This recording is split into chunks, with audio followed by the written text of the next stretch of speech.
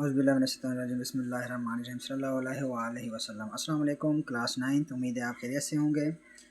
हमारे पास new syllabus की book है 2025 की 9th की मैथ की। हम इसमें डिस्कस करते हैं एक्सरसाइज नंबर 1.1 और उसका एक्सरसाइज 1.1 क्वेश्चन 1, 2, 3 हम डिस्कस कर चुके हैं। आज हम डिस्कस करते हैं क्वेश्चन नंबर 4 को। क्वेश्चन 4 में दिया गया कि दर्जल में इस्तेमाल होने वाली खसियत का नाम बताएं। हमने यहाँ पे जो खसियत इसकी इस्तेमाल हो रही है उसका नाम बताना है कि ये कौन सी खसियत इस क्वेश्चन में जो है ना जुज़ नंबर 1 में कौन सी खसियत इस्तेमाल हो रही है, जुज़ नंबर 2 में कौन सी खसियत इस्तेमाल हो रही है, जुज़ नंबर 3 में, जुज़ नंबर 4 में। तो हमने ना उनकी खसियत का नाम बताना है। अपने क्वेश्चन की तरफ आते हैं। एक्सरसाइज नंबर 1.1 क्वेश्चन नंबर 4, खसियत का नाम बताएं। Name of property. जो नंबर 1 हमारे पास है a+4+b = a+4+b। 3 रकमें हमारे पास हैं, 1, 2, 3। इधर भी 1, 2, 3 3 रकमें हैं और वो आपस में जमा हो रही हैं, जस्ट उनमें ब्रैकेट का फ़र्क है। तो हम आते हैं अपने बुक की तरफ और चेक करते हैं कि कौन सी प्रॉपर्टी है जो यहाँ पे इस्तेमाल हो रही है। तो हमारे पास हम देखते हैं, हमारे पास सफ़ा नंबर 7 पे बुक में लिखा गया है a+b+c = a+b+c। ये 3 रकमें हैं, आपस में जमा हो रही हैं और इनमें जस्ट ब्रैकेट का फ़र्क है। तो ये कौन सी खसियत है? खसियत तलाज़ुम। कौन सी खसियत है? खसियत तलाज़ुम। तो हमने यहाँ पे लिखना है खसियत तलाज़ुम। क्या लिखना है? खसियत तलाज़ुम। जस्ट हमने क्या करना है, नेम बताना है कि ये कौन सी खसियत इस्तेमाल हो रही है। अच्छा, खसियत तलाज़ुम।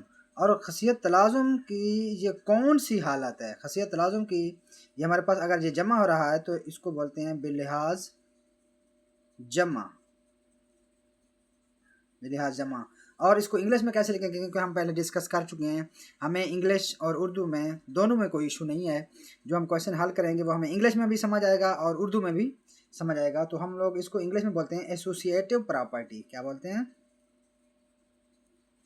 Associative property with respect to addition।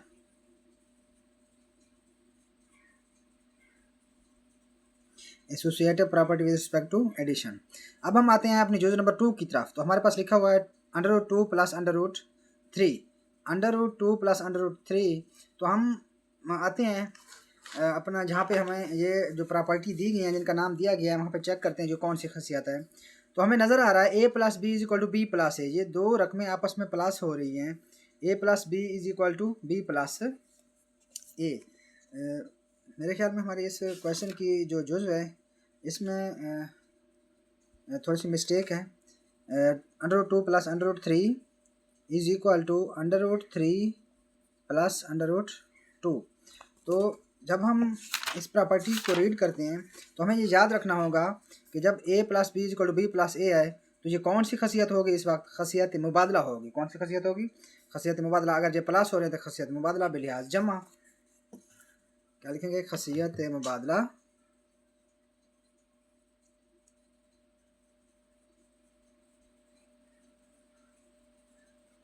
अगर ये जमा हो रहा है तो बिलिहाज इसको जमा लिखेंगे। अगर इनमें कोई साइन नहीं होता, ज़रब होता, तो फिर इसको बिलिहाज ज़रब लिखते हैं। और इसको इंग्लिश में कैसे क्या लिखेंगे? इसको इंग्लिश में हम लिख सकते हैं commutative property.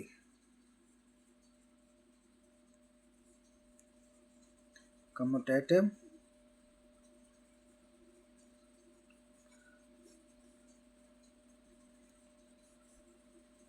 Property with respect to, जमा हो रहे हैं तो addition. Commutative property with respect to addition. अब हम आते हैं अपने जुज़ नंबर 3 की तरफ। जुज़ नंबर 3 में हमारे पास क्या है? जुज़ नंबर 3 में हमारे पास लिखा हुआ है x - x = 0। तो हम इसको ऐसे भी लिख सकते हैं कि x + -x = 0। अब हमें ये क्लियर नज़र आ रहा है कि ये हमारे पास कोई नंबर है और ये उस नंबर का इन्वर्स है, ये एक नंबर है और ये उस नंबर का इन्वर्स है। जब हम इन दोनों को एक नंबर के उसके इन्वर्स के साथ जमा करते हैं तो उसका आंसर 0 आता है। हम अपनी प्रॉपर्टी में आते हैं, चेक करते हैं कि अगर एक नंबर के साथ उसका इन्वर्स जमा हो रहा है और उसका आंसर 0 आ रहा है तो हमें नज़र आ रहा है कि a plus minus A is equal to minus A plus A is equal to 0। एक नंबर के साथ उसका जो इन्वर्स है वो जमा होता है तो आंसर 0 आता है। तो इसको हम क्या बोलते हैं, जमी माकूस। क्या बोलते हैं, जमी माकूस।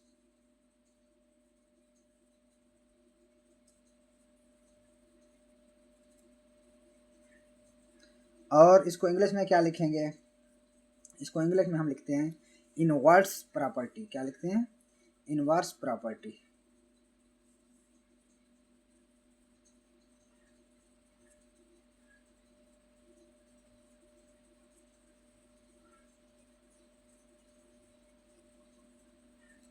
इसके बाद हम आते हैं जो नंबर 4 की तरफ, और जो नंबर 4 में हमारे पास लिखा हुआ है a into B plus C is equal to A B plus A C. तो जब हम यहाँ पे देखते हैं distributive property of real number, हकीकी अदद की तकसीमी खसियत, तो उसमें जो पहली पहली प्रॉपर्टी है a into B plus C is equal to A B plus A C. तो यहाँ पे भी हमारे पास वही कुछ है कि a into B plus C, A into B plus C is equal to A B plus A C. तो यहाँ पे हमें जो प्रॉपर्टी नज़र आ रही है वो है ज़रब की बाएं खसियत तकसीमी बिलिहाज जमा कहा जाता है। ज़रब की बाएं खसियत तकसीमी बिलिहाज जमा। तो हम इसको अपने फार्मूले से शार्ट करके लिखते हैं ताकि हमें समझ भी आ जाए। अगर सेम बुक की तरह लिखें तो भी ठीक है, वरना हम इसको शार्ट करके भी लिख सकते हैं ताकि हमें समझ भी आ जाए और हमारा क्वेश्चन जो है ना वो ज़रा मुश्किल भी नहीं हो। तो हम इसको लिख सकते हैं लेफ़्ट डिस्ट्रीब्यूटिव प्रॉपर्टी। क्या लिख सकते हैं, लेफ़्ट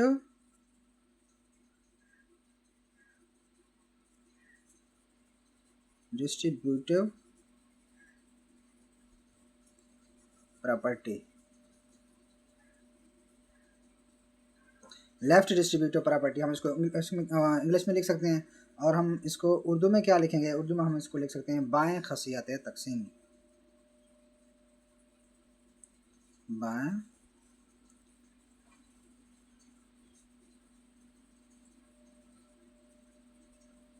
खसियत तकसीमी। इसके बाद हमारे पास इसकी जुज़ नंबर 5 है, वहाँ पे लिखा गया है 16 plus 0 is equal to 16। 16 plus 0 is equal to 16। तो हम देखते हैं हमारे पास ये कौन सी प्रॉपर्टी है। अगर हम एक नंबर के साथ 0 को जमा करें तो हमारे पास आंसर वही आता है। जब हम इसको देखते हैं तो हमारे पास लिखा हुआ है a plus 0 is equal to A is equal to 0 plus A. तो ये कौन सी खसियत होती है, जब एक नंबर के साथ 0 को जमा करते हैं तो आंसर हमारे पास वही नंबर आता है, या 0 प्लस कोई नंबर करें तो आंसर जो आएगा वो वही नंबर ही आएगा। तो इसको हम लोग बोलते हैं जमी ज़ाती आंसर। इसको क्या बोलते हैं, जमी ज़ाती आंसर।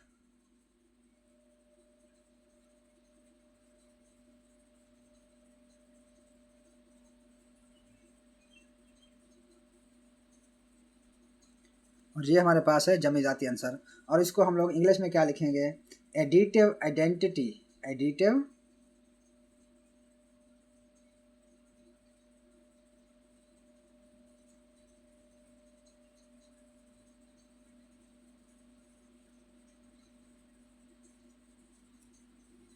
एडिटिव आइडेंटिटी है। अच्छा, इसके बाद हमारे पास इसकी चूज नंबर 6 है, लिखा हुआ है 100 मल्टीप्लाई 1 इज इक्वल टू 100। अगर हम किसी नंबर को एक के साथ ज़रब दें और आंसर हमारे पास वही नंबर आए तो ये कौन सी प्रॉपर्टी होगी। तो हम लोग चेक करते हैं multiplicative property of real number. Multiplicative properties of real number में तो ये हमारे पास आ रहा है a multiply 1 is equal to 1 multiply a is equal to a। अगर हम किसी भी नंबर के साथ 1 को मल्टीप्लाई करें तो हमारे पास जो आंसर आएगा वही नंबर ही आएगा। तो इसको हम लोग क्या बोलते हैं, ज़रबी ज़ाती आंसर। इसको क्या बोलेंगे,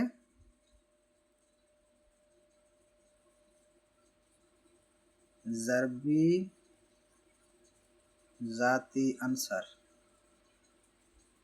और इंग्लिश में हम लोग इसको क्या कहते हैं, इंग्लिश में हम लोग इसको बोलते हैं multiplicative identity.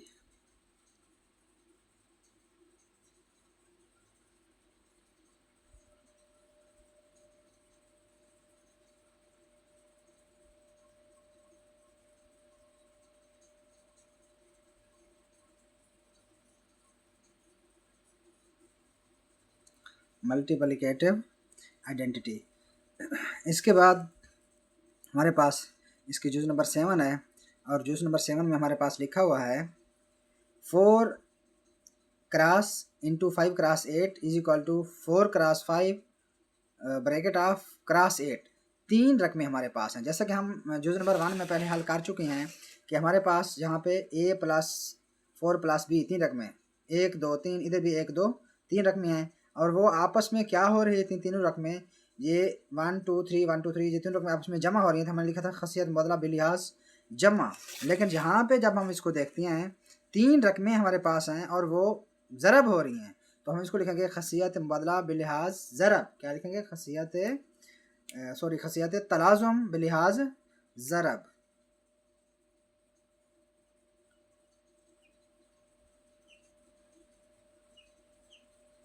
खसियत तलाज़ुम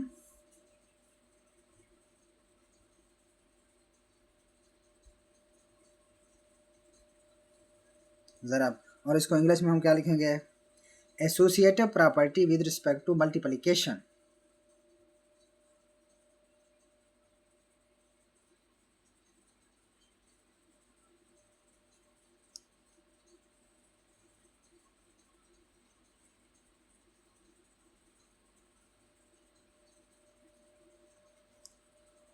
with respect to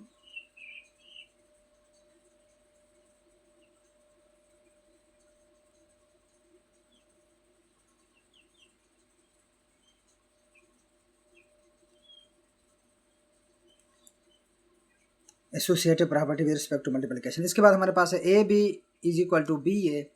तो इन दोनों के दरमियान कोई साइन नहीं है, तो मतलब इसका ज़रब का साइन है इन दोनों के दरमियान। तो ये हम पहले हल कर चुके हैं। हमारे पास 2 जुज़्व थे, √2 plus √3 is equal to 3 √ plus 2 √। ये बिल्कुल सेम है, लेकिन इन दोनों में प्लस का साइन था। हम लिखा था खसियत मुबादला बिलिहाज जमा, जिनके commutative property with respect to addition. तो यहाँ पे भी बिल्कुल सेम है। ये हमारे पास A B is equal to B A, ये दोनों रकमें हैं, इन दोनों के दरमियान प्लस का साइन था, तो बिलिहाज जमा लिखा था खसियत मुबादला को। यहाँ पे ज़रब का साइन है, तो क्या लिखेंगे? खसियत मुबादला बिलिहाज ज़रब।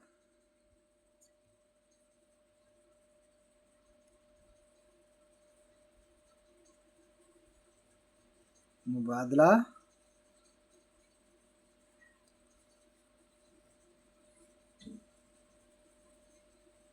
ज़रब।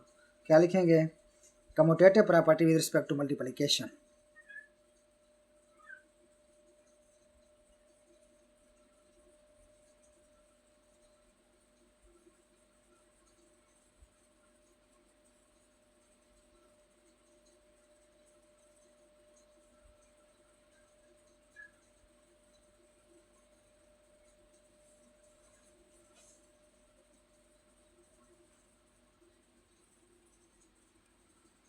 तो ये हमारा क्वेश्चन नंबर 4 एक्सरसाइज 1.1 का कंप्लीट हुआ। तो पहले हम क्वेश्चन नंबर 1 2 3 को हल कर चुके हैं, और उसका लिंक मैंने डिस्क्रिप्शन में दे दिया है। उसका लेक्चर आप लोग वहाँ से भी ले सकते हैं। और नेक्स्ट हम हल करेंगे क्वेश्चन 5। तब तक के लिए अल्लाह हाफिज़।